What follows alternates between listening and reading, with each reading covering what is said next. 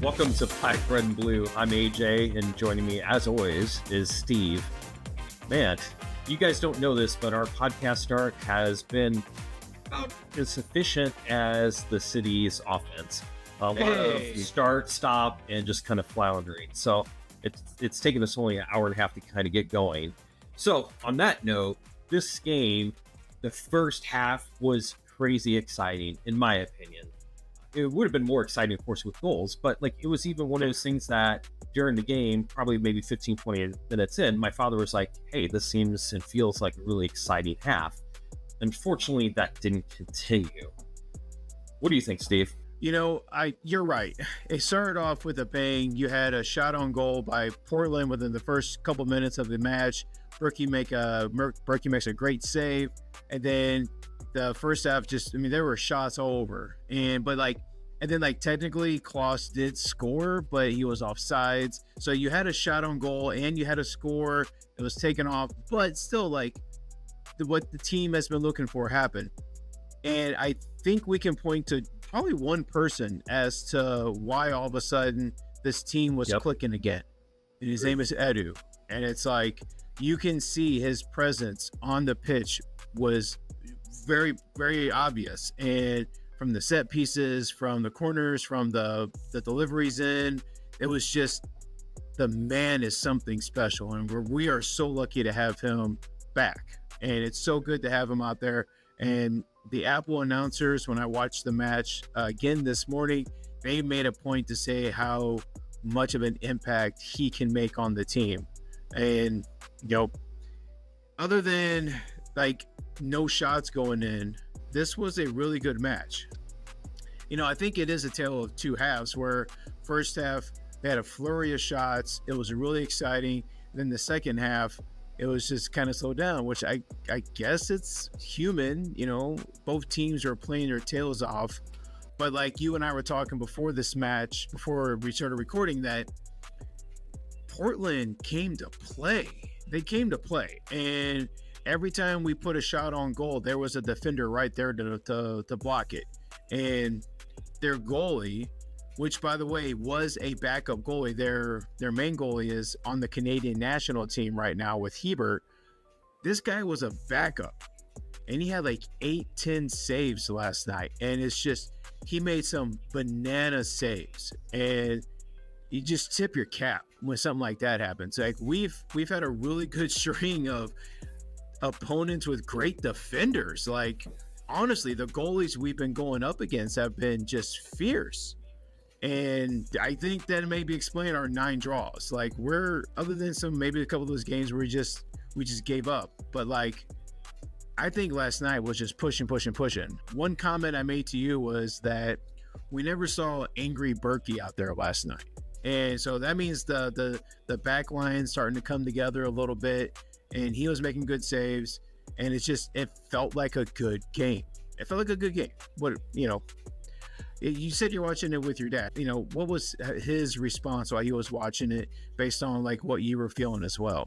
Yeah, I think it's similar to what most people were feeling, is that this was an exciting game. Like you said, when Leuven's on the field, it's just a different game. One of my favorite things that I loved seeing, because we didn't see this, is when Leuven was on the left side, kind of midfield-ish, he kicked the ball in towards the box. And what was cool is we had 3 people rushing into the box. It was almost like a long set piece. Now, the thing is yes, that's a low percentage, and I get that we don't usually score on that. But the thing that what I liked seeing is that there was some action happening, right? And the thing is that in sports, you basically try to put yourself in a position to win. You try to have high percentage things, which is why, for instance, you don't have players kicking from the midfield line, because that's going to be a low percentage. That's why you try to work yourself into the box. You try to get close to that 6-yard box, because your XG is higher, your higher percentage chance. And the thing is with Leuven, it just feels like we have higher percentage chances. Now, on that same token, I feel like this whole game, especially in that first half, I felt like we had a pretty decent volley. We just couldn't spike it, so to speak. Right. like thinking of volleyball. The ball was kind of getting there. We had chances. Like I'm thinking about that one where Klaus, it was just a little bit in front of him and he was barely able to get a foot on that. Yeah. We saw that over and over and over again. We just couldn't finish. Now, the thing is, and I'm going to ask you this, Steve, here's the question for you. Everybody is on the Klaus hate because, oh, he can't finish. He can't finish. And I get that. I get it. He didn't finish, especially in the setting of this current season. But let me ask you this. If this current season, he was basically in running for the Golden Boot, he had the most number of goals in all of MLS, would you look at this game and say he performed poorly, or would you say that he's unlucky? You see how the difference between the context makes a difference? And the reason why I'm saying that is because let's give his performance a fair shake. Do you think he performed fairly, or was it unlucky? I think he was unlucky, but also like I felt like other than like just some barely missed timings, I felt like he played a good game. Like he is still a really good player. In fact, it's not just shots. Like the Apple announcers were making a good point. He was saying like there were some plays where he put a body on a defender and that opened up a lane for a shot to come in. And he was able to force the formation to happen because of his size and because of his knowledge on the game. So like, yes, the chicks dig the long ball, but it's not just that. It's all the little things that this man can do as well that he is doing for our squad that we really should appreciate, like his leadership out there. And, you know, it's just those couple shots that, you know, he was offsides on the one, he was late on one, you know, he's out of position probably because he's running around feeling like he needs to do more stuff. I think, you know, and we may get into this later, that possibly this 4-2-3-1 with the way the team is constructed right now probably is not going to be best for him, and maybe we can think of some other things. So like last year when you had Nico here and they were able to feed off each other, like possibly that worked well, but we don't have that dynamic player this year. And so possibly the big man is trying to do too much, trying to put too much on his giant knobby knees, and he doesn't need to do that. He can do something else. So like your question was, do you think like the criticism is fair or he was unlucky? I think he was unlucky. That's the way it came off to me watching it. Like listening to it, because I listened to it yesterday before I watched it, and it just seemed like he was always off. But like watching it, the man made impacts out there against these smaller players and against players that are about his size as well. So, yeah, you know, I want to really kind of roll back. You made a point to say like you have to take your shots. You got to take big chances. And what I like to see were some yellows that we had. Mark Kinnick is also he's kind of gotten the negative treatment from the fans this year. He took some chances out there yesterday, and one of those he misplayed a man. He marked him wrong, and the striker was able to go right around him. But he made a big chance on that play. He did it a couple more times in the second half, and he got a very silly yellow card right before the end of the half. And I think it may have been because he was arguing. Like I couldn't even see what the infraction was. And then right before the half, Nilsson made a really good yellow. He had a really good foul. He got yellow where he basically like pulled the man down right before he was getting ready to get past him. If the man runs free, which is one-on-one against Berkey, which by the way, Berkey has like 67% chance shots blocked this year. Like it probably would have went right past him. So like if Nilsson doesn't make that play, doesn't get that yellow card, it's 1-0. And you know, those big chances. So like we're doing them. It just hasn't happened fully. You know, Klaus had that one shot that was really bad. Parker misplayed a header from Leuven on a corner earlier in the game that he usually makes those. And if he puts a good spot on that, we score pretty easily. So yeah, because it wasn't just Klaus. It hit his shoulder and basically got deflected too far away from the net. But is that one of those things that, was it misplayed or was it just unlucky? Because it looks like he jumped up to get the ball, but it's almost like he Right. over jumped. So instead of the Yep. ball hitting his head, it ended up hitting his shoulder, and then he couldn't really direct it or control it. I mean, that's one of those things. You do that 10 times, I bet he Yep. gets that on frame 9 out of 10 times, even if he does the exact same body movements. I think it was just a little unlucky, and it just, Right. I mean, I know this is kind of like a scapegoat type of thing, but I feel like a lot of this was just unlucky. I feel like if we did the exact same game and re-roll the dice, you know, I bet we win 2-0. Yeah, well, we definitely had better shots. We definitely had better chance building. But like I said, like rewatching that game, like their back line is pretty strong. Their back line wasn't playing. They came there to actually do a good job, and they did. So, it's just So they had toesies in the right place. They had feeties in the right place. Like they were just barely hanging on. And I think you're right. If we re-simulate this game, we come out on top most of the time. Steve, I got a question for you. Let's take the box and basically let's zoom out a little bit, okay? And think about not just this game, but all games. And you've kind of alluded a little bit to the formation and stuff like that. If you had, in simple terms, to tell me what you think we're doing well and what we're not doing well, what would you say that we're doing well and what we aren't? And then I have a point related to that. Yeah, I think with Leuven coming back, I think our midfield's improving. I just don't think our feeding into our strikers for those shot chances is where I think that's where we're still lacking. Is that final third, that big shot chance. I think our defenders are doing really well. Our midfield's improving. Our defensive midfielder is improving. That attacking mid into the striker is kind of where I feel like we are still struggling. What are you thinking on that? Yeah, in the simplest terms, I feel like our offense is lacking, defense is pretty solid. Now, we were kind of talking about this before, about the different formations. And the thing is with formations is a lot of fans just simply take the 4-2-3-1 and they think it's static, the 4-3-3, 4-4-2 diamond, all this fun stuff, and they think it's static, but there's variations within them. Now, my thought process, and I know we didn't do well with the 4-3-3 last year, but I actually think it might be a better formation for us as opposed to the 4-2-3-1. And here's why. We're struggling more with offense. So the 4-2-3-1, you basically have the two part behind the 3. You have your like number 6, more defensive midfielder, and then maybe a central midfielder, or you have like a double pivot that they can adjust depending. And then you have the 4 on top, the 3-1 part of it. I'm almost thinking if you do a 4-3-3, you have your solid number 6 person, so that would probably be Durkin.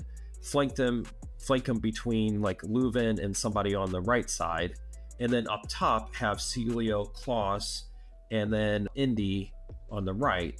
So in some ways that looks more similar, but what you do is you do get a little bit more width, and hopefully maybe those 2 mid wingers are a little bit more offensive minded, and hopefully we can push a little different.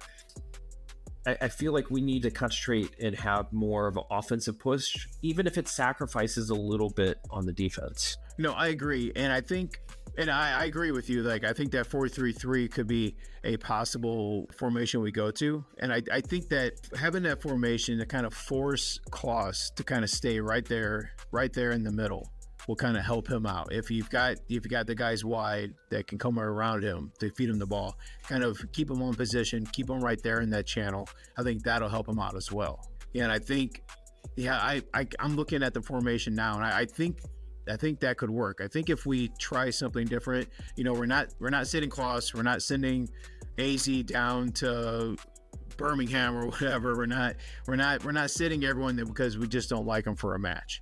But we can work around their skills a little differently. And there's a reason why Carnell is not doing that yet, or why we're sticking where we are. And we clearly don't know what that reasoning is. But as fans, we can sit here and we can kind of think about what we can do differently to kind of help this team, because we're the ones that are passionate about it.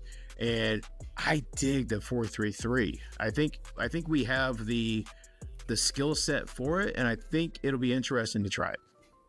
Here's another thought too, is we have Toyer coming in, and he's going to provide that attacking mid or a second striker. Yeah. Now the thing is Klaus I think doesn't necessarily want to be that 100% striker. I feel like he almost does better as a sub striker, like someone sitting behind another striker. So maybe a 4-4-2 diamond is maybe something we need to reconsider again. Now the thing is I was listening to ESPN 101 radio a few weeks ago, and I forgot what sport they were talking about, but they were talking about the coach, their philosophy, and their players. And there's some coaches that take their philosophy and force the players to work in their system. But in reality, what you should be doing is looking at your players and saying, hey, this is what you're most capable of. I, as a coach, should adapt to that. And that's why I'm thinking with Klaus is he doesn't want to, or maybe he doesn't have the skill set to be that true 100% striker like Sam is. But Sam is not effective, and we can talk about that too. He really wants to be more of that sub striker, which is why when Sam comes in during the 4-2-3-1, Klaus actually goes into that semi-attacking midfielder / sub striker role, which actually kind of makes sense. What's your thoughts on that? No, I totally agree, because Sam does fit a different role altogether, and I know that Klaus does. I think you're right. I think he does like want to be like that back striker, and I think that would be a better role for him. And I like the idea of Tuchel coming in and being that attacking mid into that striker, that maybe he can be that person for Klaus coming in, working with Leuven in the midfield, moving that ball around. It's going to be exciting on that. I think it's the 22nd. We have Atlanta coming in, and that would probably be Tuchel's first game where he gets start, and I think we'll be able to see. And I really do hope that we see some different formations moving forward, because it's so stale right now. Okay, so let's pretend for a second we have him come and he's available, and let's say we go with the 4-4-2 diamond. So in the diamond, we have in back, we have Durkin, we have Leuven, Indy, and then we have the attacking and then the two strikers. Would you do, Toyer, would you have Klaus, and then who would you put as the attacking mid? Would you have Kojima still? Like, were you impressed by him this game and last game? Or would you have Toyer there and then Klaus and then somebody else, like, I don't know, Thorson, if you want to bang your head up against the wall? What about, or would you have somebody else? How about like Celio, Klaus, or Celio Klaus Tuchel right there, and that kind of like that diamond right there. I think his Celio's speed could kind of help out, and then get Klaus in position right there. You know, I like Kojima. I think Kojima's got to get some time coming up soon, more time, especially with Allen being out. I guess Celio and Klaus would make sense. I mean, Celio definitely has the moves. So anyways, it's just a thought. Like, that's the thing I'm thinking of. It's like, we just don't have the offensive capability now. We need to sacrifice some of this defense, because I'm sorry, draws and having low scoring 0-0 games, it isn't going to cut it. I would rather take the risk and say, screw the draws. I would rather win or lose at this point, because draws aren't going to cut it. The draws aren't going to get you into the playoffs. Let's roll the dice. When we were at like 5 draws, Berkey was making comments that clean sheets are cool. I want some W's. Like, even Berkey's like, let's go ahead and get some more points on the board. Let's get some more scores. Because right now he's got 5 clean sheets, and I bet he would trade a few of those for 3-4 more wins. I think he'd be cool with that. Because right now, 3 wins, man, it feels bad. Feels bad. But losses hurt a lot more. You know. But yeah, I think I would rather sacrifice some of that. Yeah. If there's times where we get blown out on the press anyway. So if we can avoid that and just be more milk toast, if you will, for a defense, if that means more exciting offense, great. Super. Let's do it. I mean, our back line is balls amazing. I mean, even Yarrow came in as a sub yesterday and was great. Marcanic is getting better. He's not been having these big good games, bad games. He's like kind of starting to kind of slowly figure it out. So like you got Parker, you got Nilsson, you got Totland back there. Totland shut down the offense yesterday. That was a big reason why we didn't have a goal against us was Totland. And we got Durkin in the mid and Leuven, and it's like we're just missing those strikers. So maybe get a little more creative with the formations and then get some more high quality shots out there. Get some more of that XG building up a little bit. And it's interesting that, Mechanic and Hebert, obviously Hebert's in Canada, and then Mechanic came off, and then Dewar. Like, where is this guy? Like, I remember when we had that signing, I was like, okay, cool. Like, we have more competition for left back. Where is this guy? I've seen some comments from Lutz that like he's still kind of learning the system, and for some reason it's just difficult for him to kind of pick that up. Matt Baker had made a point talking about the city too. So we're used to St. Louis Cardinals where people can get sent down to AAA for training, and it's pretty much they don't really have a choice. In this case, basically the players have to agree to it. So you can say, hey, Yarrow, I think you should go down to City 2 for a game. Sure. Like whomever. But in this case, like this guy hasn't even like played but for a handful of minutes. Like, why isn't he down there? Right. Is he refusing to? Well, and also the MLS has, I want to say there's a total number of times you can send a player down to your 2 squad, if you will. Like, you only have 5 times you can send them up and down throughout a season. So if we start shipping all these guys down, we're going to run out of spots, and then they're going to be stuck down there, and we're going to need them later in the season. So, I mean, Dewar's only, I just saw he's like 23, so he's still a young man himself, and maybe it's building it up. If this is his first full season with us and we're building it up to next season, super. Maybe he needs some of that first team time. And then like you figure Marcanic has come on so much that like Nerwinski was a starter last year and he barely has made the pitch this year. And so like clearly Marcanic has the juice that they're looking for. And so it seems like our defenders are like, we've got a big pool of defenders, and it's like our mids and our attackers, there's like 6 of them. And we just have to keep kind of rotating them out. And it's just like, where are all of these guys? And we need more. And it's like, we're getting more.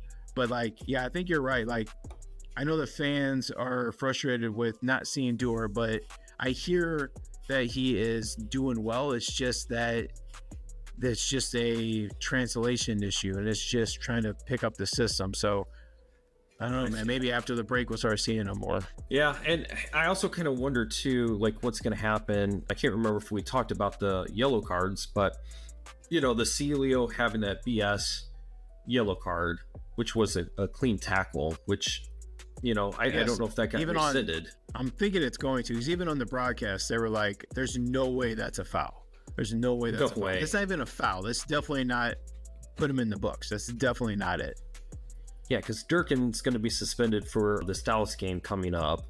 Right now, if the Celio thing stands, which I'm sure we're both pretty darn sure it's going to get rescinded, it'd be Celio, I believe Parker and Totland that would be on a yellow card watch. I mean, it's literally possible that Parker and Totland both get a yellow card. Could you imagine how devastated our defense is going to be going into whoever is after Dallas? Ooh, boy, you would have Yarrow playing probably Parker's spot, and then out of Nerwinski out there with Nilsson. That's his wrong position, but like that's super thin. Don't scare me.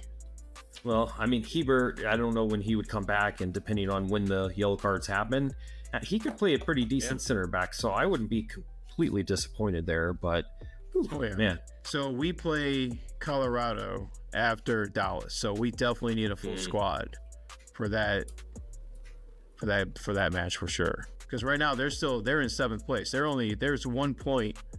There's a 1 point separating them and us right now, and 1 point in 4 places. So like, we just gotta get some of them points, fam. We gotta get some of them points happening.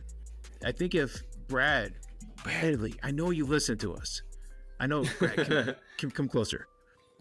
Try the 4-3-3, Brad. I can call you Brad, right? It's fine. It's fine. Try the 4-3-3. It'll work. I promise you. Put the stamp. It'll work. So, sorry guys. Bradley and I just had a conversation off to the side. It was weird. He called me a pet name. I don't want to get into it, but like, I think he's gonna listen to us moving forward. So hopefully it'll work. Well, we'll see. If he's smart, my boo Brad will listen to me. Oh man. Yeah. On a side note, right, so as we're recording this, the Battlehawks game is actually going on right now, and it's 22-15, and St. Louis is losing, and there's only a couple minutes left in this game. And it's crazy. This is actually like a team that's been doing well in St. Louis. Like, the Blues have been down.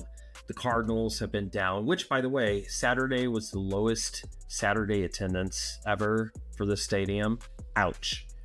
And then City, obviously, as we've been talking about, has been struggling. So the only team that's basically playoff bound right now in St. Louis is the Battlehawks, and they are choking. And especially when we had the championship game here, we're choking up on something big here. St. Louis is struggling, man. Yeah, we should. You know what? Well, I think these crazy kids will bounce back. I think we'll be okay.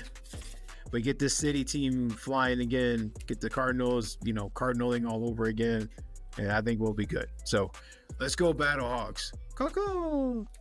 Cuckoo!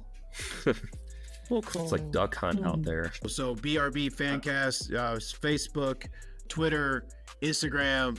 We see us on Reddit every now and then.